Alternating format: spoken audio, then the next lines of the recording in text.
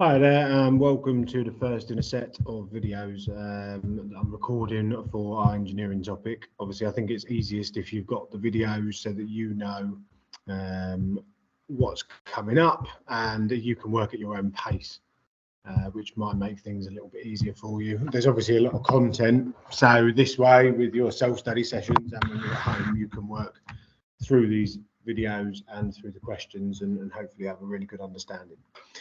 First thing we kind of start with is we're going to look at what we did last lesson. So we've got the first law of thermodynamics, which I think every class or both classes got to at the very end of last lesson. I'll run through that and then we're going to start applying that to ideal gases. Okay, so this is a really big topic that often comes up in engineering. It's about engine cycles and theoretical engine cycles. So you need to know what's kind of going on today.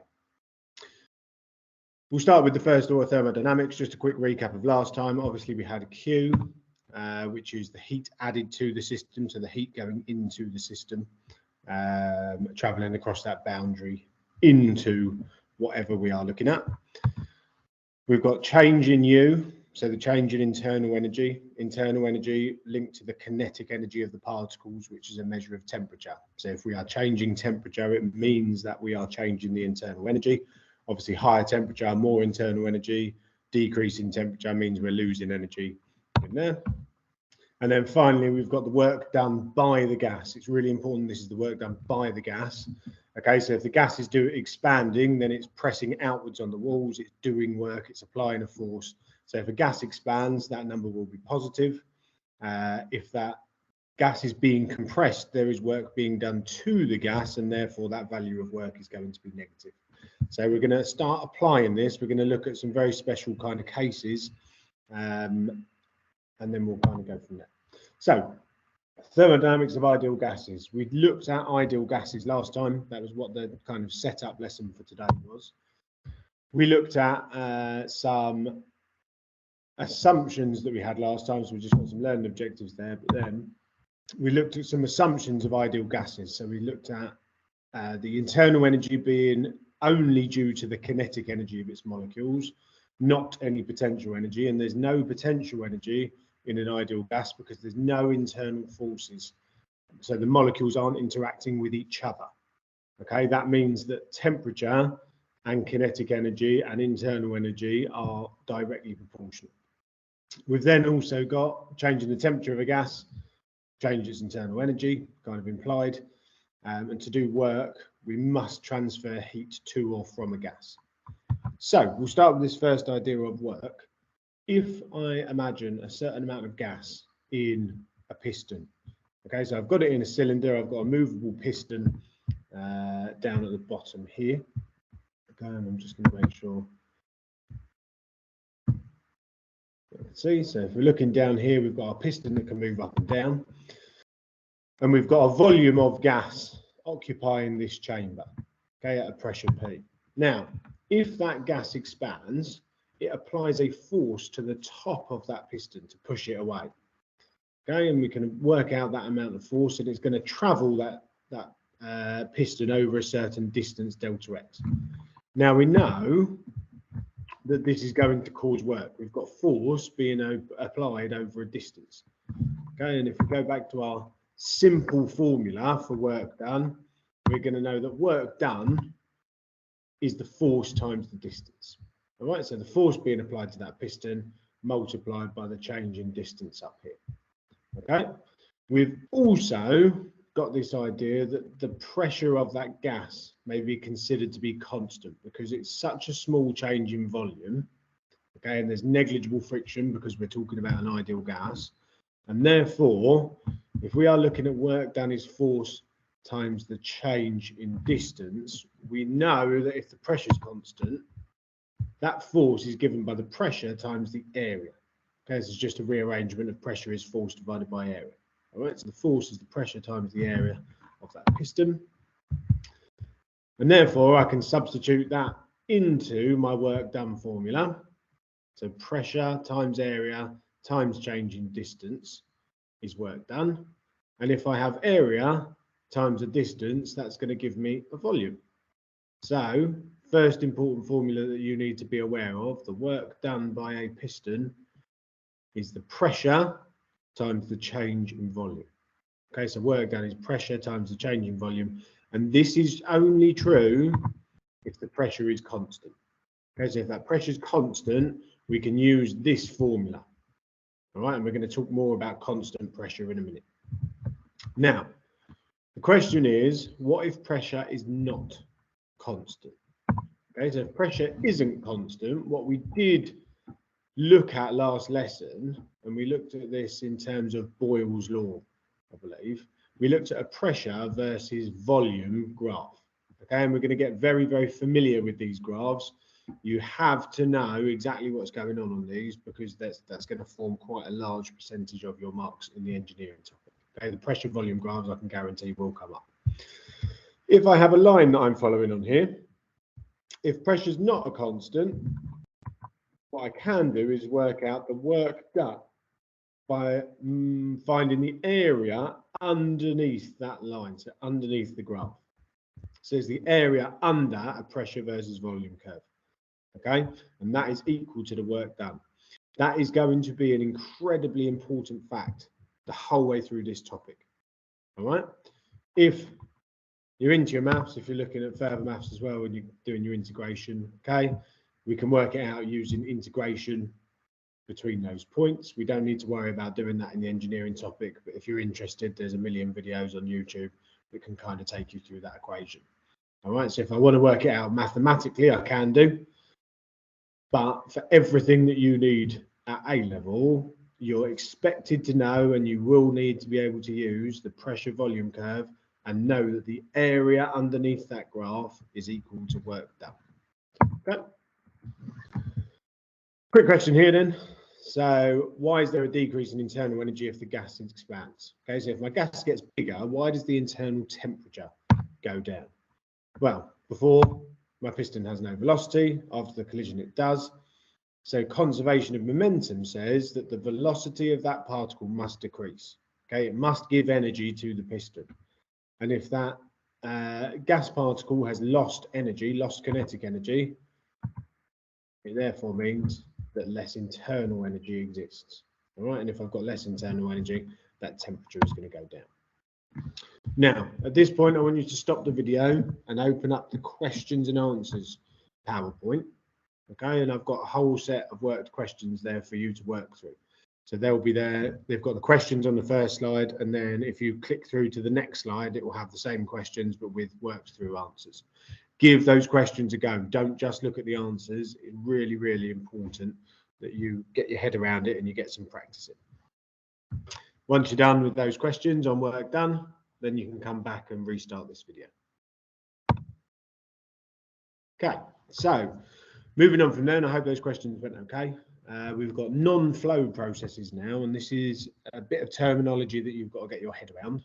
So in a flow process, matter enters and leaves a system. So if you think about an engine, I have air and fuel coming in, and then it gets pushed out and exhausted. Okay, that's a flow system. All right, something coming in, being used, leaving. In a non-flow system, it's kind of the opposite. Okay, I have a fixed amount of matter. In this case, we're going to be looking at a gas. All right, and it's a fixed amount of matter. It does not enter or leave the system. So if we look down at this diagram at the bottom, I've got a flask with some gas inside, a fixed amount of gas inside. And outside of that flask, I've got a water, so a water bath, and the boundary is the wall of that flask. Okay, so the gas is fixed. It won't leave, it won't move in or out of that flask. It will stay as a fixed amount. So this is a non-flow system. The water bath around can provide energy that can travel through that boundary. Okay, so I can add energy to the system, but I can't, it's a non-flow system, so the gas isn't moving in or out. When we are looking at thermodynamics, and particularly the thermodynamics of ideal gases, we are looking at 4 types of non-flow processes. This is a really, really key idea that we need to kind of understand. Okay, so 1, we need to know about a constant pressure. Okay, and the fancy term for that is isobaric. So iso means the same, baric, I mean, we measure pressures in bars. Okay, so it relates to pressure, so same pressure essentially, isobaric.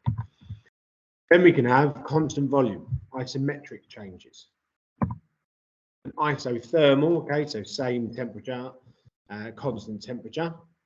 So if I keep that constant temperature within my system. And finally, an adiabatic or an adiabatic, it doesn't matter which way you say it, both are accepted. An adiabatic change, so there's no heat transfer. All right, and this is again a really key point. You need to be really clear on what these four mean and the impact that it has on our thermodynamics equation. Okay, so we'll go through these kind of one by one. We've already kind of had a look at constant pressure and isobaric. We know that if we have a constant pressure, that we can work out the work done using my constant pressure, fixed value, times the change in volume. Okay. If I look at my first law of thermodynamics, okay, I can replace that work done with energy, or the heat energy added to the system is the change in internal energy plus the work done by the gas, and that work done by the gas is going to be over here. All right. If we know that it's also constant pressure, we can look at our ideal gas law, and this is something that you should have done last lesson. Okay, if it's constant pressure, that's going to be the same on both sides. So I can simplify that equation. So it's normally P1 V1 over T1 is P2 V2 over T2. Okay, so pressure times volume over temperature is a constant. If pressure is the same on both sides, I get this relationship. All right. So this is a really handy formula that you're going to need a little bit later on. Next, we've got a constant volume. If I have a constant volume, there can't be any work done. Why do you think that that is? Well, if we've got no change in volume, and we drew that on a PV graph, okay, we have a constant volume and just a change in pressure, there is no area underneath that line. Okay, there's no area underneath the graph, and we know that work done is the energy or the area below that graph. So therefore, constant volume, we can't have any work done by that gas. It makes sense. If it's not pressing on the walls of the container, making it expand, or you're not pressing in on the gas and making it compress, I don't do any work. Okay, and if that's the case, if there's no work done, so if I have a constant volume, I know that there's going to be no work done. I can cancel out this work term, and my heat energy is equal to my change in temperature, or change in internal energy. If I put heat into the system, internal energy increases. If I take heat out of the system, my internal energy is going to decrease. Now, we've also got our pressure times volume over temperature is constant again. So again, constant volume, pressure 1 over temperature 1 is equal to pressure 2 over temperature 2. Okay, we're going to need those all the way through these kind of questions. Next, we've got an isothermal process, and one in which the temperature remains constant. Okay, which gas law are we interested in under isothermal, so same temperature? And if you can remember from last lesson, we're looking at Boyle's law, the idea that pressure times volume is a constant when I have a temperature, a constant temperature. All right, that means that these two are inversely proportional to each other. If pressure increases, volume decreases. If volume increases, pressure decreases. Okay, which makes sense. And we get these graphs. Okay, I'm not too fussed about this one on the right hand side. Okay, that's just a different version. But what I have here is my pressure volume graph, and we have these lines on that graph that show an inversely proportional relationship. You should be used to this kind of shape from GCSE maths. Now, the further I am from the axis, okay, the higher those values are, and therefore the higher my temperature is. So T2 is going to be higher than T1. If I had another line that was sitting up further away from that axis, temperature T3 would be the hottest temperature. Okay. If I have a constant temperature, it means that I'm not having any change in internal energy. Okay, so when I have an isothermal change, my change in internal energy is going to be 0. Okay, so if you see that word isothermal, you know that you can assume that the change in internal energy is going to be absolutely 0. Okay, therefore, any heat that's supplied will provide work. Okay, so the gas will do work if it expands. So simplifying our first law of thermodynamics, heat added is equal to work done. If I add heat to the system, then my gas does work, so I have a positive value of work. If I take heat out of the system, I've got a negative value of work. It means that my gas is going to have compressed instead. I simplify my gas law, again, constant temperatures, P1, V1 equals P2, V2. Those of you who did triple science will be fairly familiar with that equation. And this is just a bit of kind of logic here. So an isothermal process happens when heat can be transferred in or out fast enough. Okay, if my heat cannot get in or out of my system, okay, if it can't get in or out of my system, if it can't travel through the wall of my piston or get through the wall of my container, I can't have an isothermal process, okay, because the heat is stuck within that process. Now, again, just a kind of technical term, that boundary must be diathermic. Dia meaning cross, thermic, heat. All right, so allowing heat transfer, allowing heat to travel through that system. Final one, and this is, again, a really, really key term that you must understand. So an adiabatic change is defined as one that occurs without the transfer of heat. Okay, so in adiabatic changes, we don't have a transfer of heat. The change in heat is 0. All right. This normally happens if gases expand or compress very, very quickly because there's no time for the heat to transfer through the wall. If you do it slowly, the heat has time to kind of conduct through the walls of the container, and therefore I don't get an adiabatic change, I get an isothermal change. Okay, adiabatic changes are a rapid change in temperature. Okay. I can also have something perfectly insulated to stop temperature going through, but in reality, nothing is perfectly insulated. And then let's think about what impact that word has on our first law of thermodynamics. Well, I know that my heat transfer is going to be 0. Okay, so heat is 0, and therefore my change in internal energy is equal to the negative of work.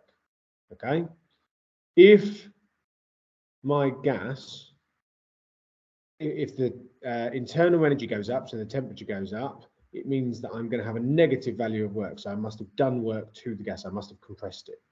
If my gas expands, okay, if my gas does work and I've got a positive value of W, then my change in internal energy is going to be negative. So the temperature of my gas is going to decrease. All right. Kind of simple thought experiment then. State and explain what will happen if it's compressed adiabatically. If you've ever done this with a gas, okay, if I am compressing a gas, I'm doing work to the gas. So I'm going to have a negative value of work done. Okay, and if I've got a negative value of work done, it means that I have a positive change in internal energy. Okay, and if I've got a positive change in internal energy, I will have an increase in temperature. If you do this, and if you've got a bike pump at home, put your finger over the end and push the bike pump down very, very quickly, and you should be able to feel the temperature of that gas rise. Okay, it should rise very, very quickly. There's also a really good example of this taking place. Okay, there's a video. What I want you to do is pause the video at this point. Okay, I will add a link into this fire syringe video, or you can just type fire syringe into, oh, here we go. Here it is. So we'll let this play. I've got some cotton wool here. I'm just going to tease it apart a little bit with my fingers. I'm going to put that in the bottom of this plastic tube and put the tube on top of this face here. I've also got a piston which I'm going to put in the top of the tube So what I've got is about 15 centimeters cubed of trapped air. If I push the piston down, I compress the air, and when I release it, it springs back up. I bought this kit from a supplier on the internet, but you could probably rig something similar up yourself. The question is, what happens if I push the piston down really quickly? Watch this.